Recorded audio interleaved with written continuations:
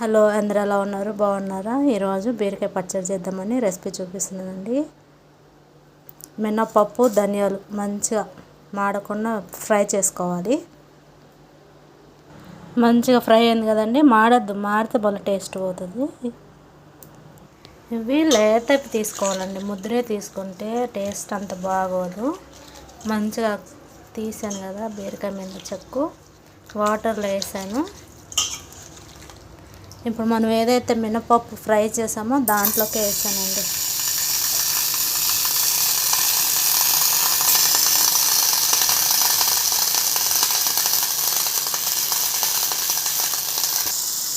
కొంచెం ఆయిల్ వేసి ఫ్రై చేయాలండి.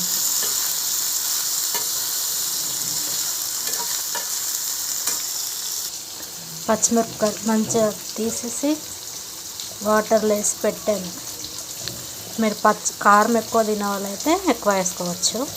మా వాడు చిన్నోడు అస్సలు తినడండి కారం.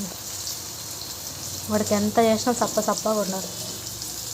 అందుకని నేను తక్కువ వేసుకున్నాను. మీరు ఎక్కువ తినే వాళ్ళైతే ఎక్కువ వేసుకోవచ్చు. మనం ఏదైతే బీరకాయ వేసామో అందులోకి పచ్చిమిరపకాయలు, కొంచెం చింతపండు,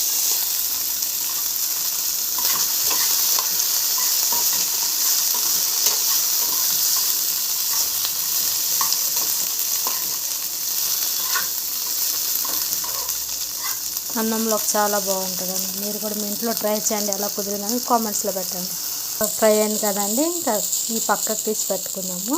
ఇదే ప్యాన్లో తాలింపండి. అందరికి తెలిసిన ప్రాసెస్ కదా. ఆయిల్, తాలింపు గింజలు, ఎండుమిరపకాయలు.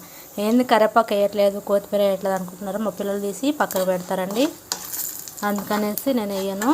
ఇంకా వాళ్ళు వేసినా కానీ తీసేస్తారు కదా అనేసి. ఇది మంచిగా ఫ్రై అవ్వాలి.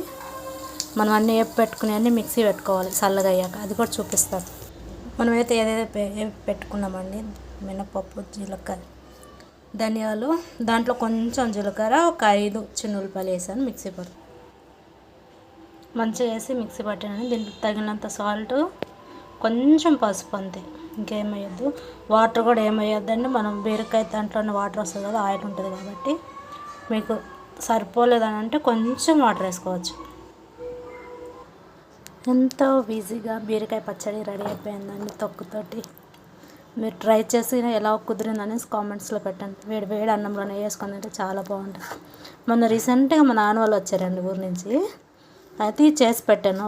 అమ్మ చాలా బాగుందమ్మా, ఎట్లా చేసావు అనేసి మా నాన్న కానీ మా అమ్మ కానీ ఊరికి వెళ్ళినా కానీ అడుగుతున్నారు అనేసి. మీరు కూడా ట్రై చేయండి, ఎలా కుదిరింది అనేసి కామెంట్స్లో పెట్టండి. వీడియో నచ్చితే లైక్ చేయండి, ఛానల్ సబ్స్క్రైబ్ చేసుకోవటం మర్చిపోకండి ఫ్రెండ్స్. బాయ్. నెక్స్ట్ లాగుతాం మళ్ళీ మీ ముందుకు వస్తాను.